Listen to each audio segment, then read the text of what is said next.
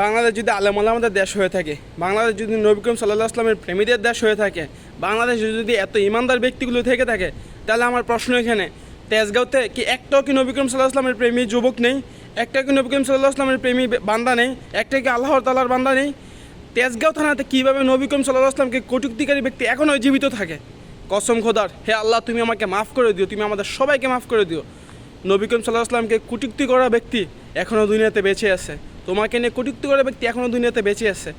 কসম খোদার, যে ব্যক্তি দর্শন করবে সে প্রমাণিত হয়েছে সে দর্শনকারী, এবং যে আল্লাহ তাআলা এবং তার রসুল সাল্লাল্লাহু আলাইহি ওয়াসাল্লামকে নিয়ে কটূক্তি করছে, এই দুই ব্যক্তি যদি আমার সামনে পড়ে, তার দেহ থেকে মাথাটা আলাদা করে ফেলবো ইনশাআল্লাহ, ইনশাআল্লাহ।